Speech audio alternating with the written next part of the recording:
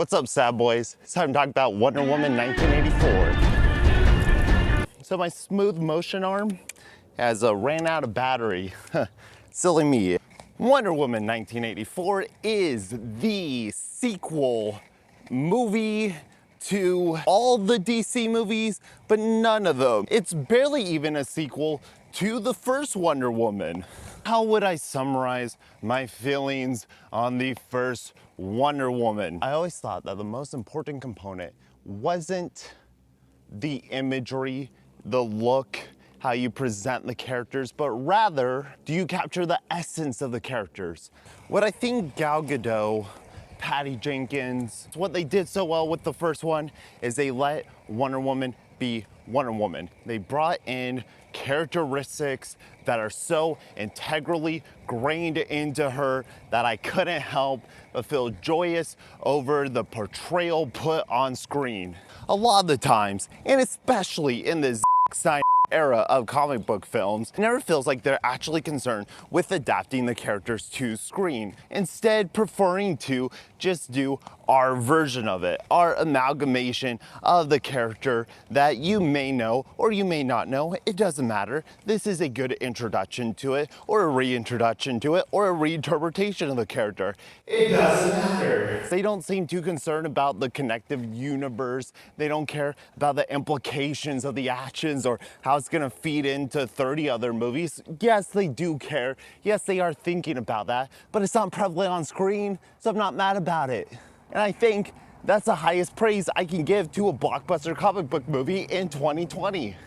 All the little moments, from Diana eating the ice cream to Diana shouting for joy when she sees a baby, but also her obliviousness to how the actual world works. She thinks that all war is created by Ares and that Ares is responsible for corrupting man, therefore kill Ares. Now, does the film falter when it actually brings Ares into the fold, completely undermining any thematic depth or weight that they have been building up to this point? I might argue that the debate on the true nature of man is more interesting if you don't bring Ares into the midst. And that's where my issues with the first movie do come in, that they do feel like they have to uphold it to certain comic book blockbuster movie standards, and I don't care for that shit anymore. Best moment of that first film is the sacrifice of Steve Trevor. He shows that man can be complicated. There is no black and white, good or bad. He's done bad things. He's a spy, killed people, lied to people, hurt people, but he gives up the ultimate sacrifice for the greater good, for love. He's sacrificing himself in hopes that man can come to terms with an agreement and stop this war. So, slight apprehension. I see the trailer to WW84 and I worry, why is Steve coming back? Are they gonna undercut the emotional impact of the first film? The entire lesson that Diana learns, self-sacrifice is the greatest gift of love you can possibly give to humanity.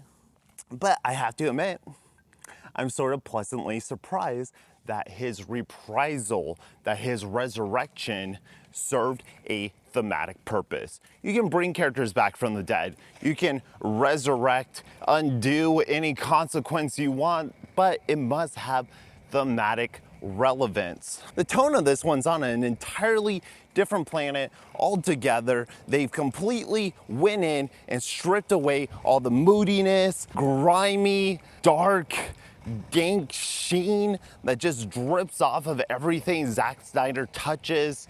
She has color in her costume. In the first movie, it's just like brown with like little hints, little baby hints of red. Wouldn't want to go too far. We might offend people that can see colors.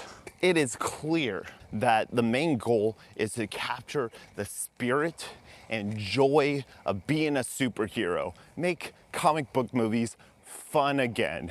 And yes, some might see this as a goofy departure from everything Zack Snyder was building in the DCU and the Edge, but I personally feel like they both can exist. I, in my life, can be extremely goofy, and I can have childlike sense of wonder, but then I can also be the moodiest fucking alive. We can feel ultimate high and joy and moody, dark, depressing, fucking edgelord cringe.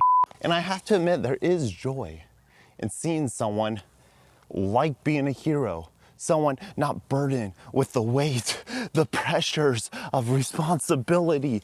And I think 1980 helped bring in that color, brings in that flashiness, not just in visuals, but also in just the entire presentation and feeling of the movie itself. It's like setting it in the 80s gave them an excuse to bring back that 80s sense of sentimentality. So it does come off as slightly forced, but that's only because Gal Gadot is working with Gal Gadot. The pure and sheer magnetic charisma of Chris Pine takes over every image and just brings you in. I don't even find Chris Pine that attractive, but those baby blues make you so sympathetic. The smartest thing this movie does is create a parallel with the first movie. Instead of Diana being the fish out of water by Steve Trevor brought to the modern world, it's Diana who brought Trevor into the modern world in this one. And we get to see the joy and shock and awe and emotions of Steve. We see his wants to fly. And if you have to use magical gobbledygook to make that happen, then by all means, use magical gobbledygook. I think after Shazam and Aquaman, they have fully earned the right to do any crazy nonsensical bullshit that they want. She could throw a tiara? Fuck yes. An invisible jet? Yes. She rides the lightning on her lasso? Of course. That is just what Wonder Woman does. I don't know what to tell you. Maxwell Lord has always been a villain that I never really paid attention to. Businessman Lex Luthor. Maxwell Lord is over on his thing. The Cheetah's over on her thing.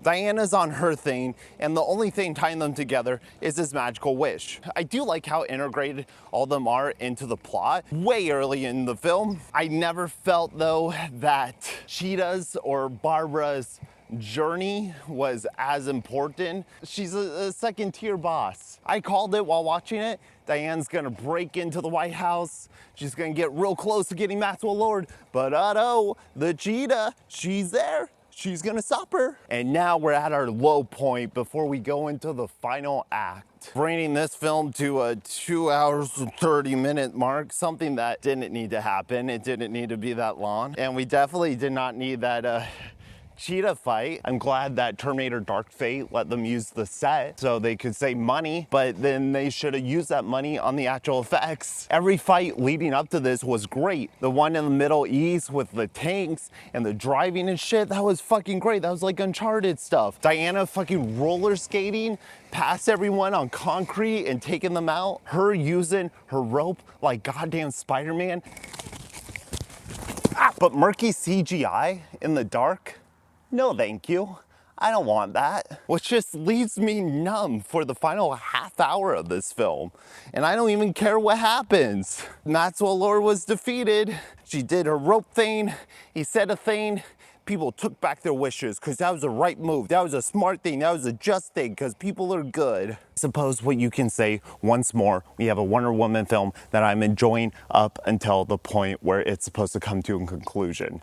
I like the characters hanging out. I like the characters enjoying their lives. See Trevor euphorically fly a plane is one of the greatest joys I've had watching a film. To see Diana saving the cat, literal cat, and then also thematic cats.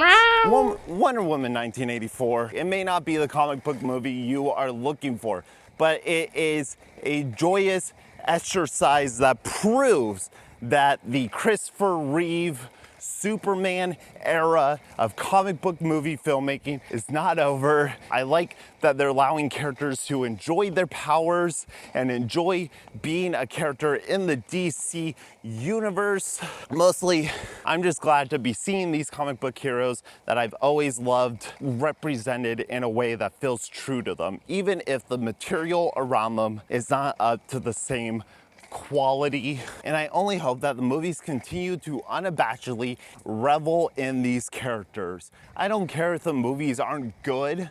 Aquaman was not good by any standards, but it is fun to watch. There it is. It was fun to watch. I didn't hate myself. I wasn't sad. I wasn't disappointed. I didn't have many expectations going in, but Wonder Woman 1980, I'm gonna give a soft jam it to. After multiple rewatches, I think I like Birds of Prey a little bit more. Maybe I should go down the full list of DC films and give my ratings. Maybe it's about time for that. I'm Grayson Todd.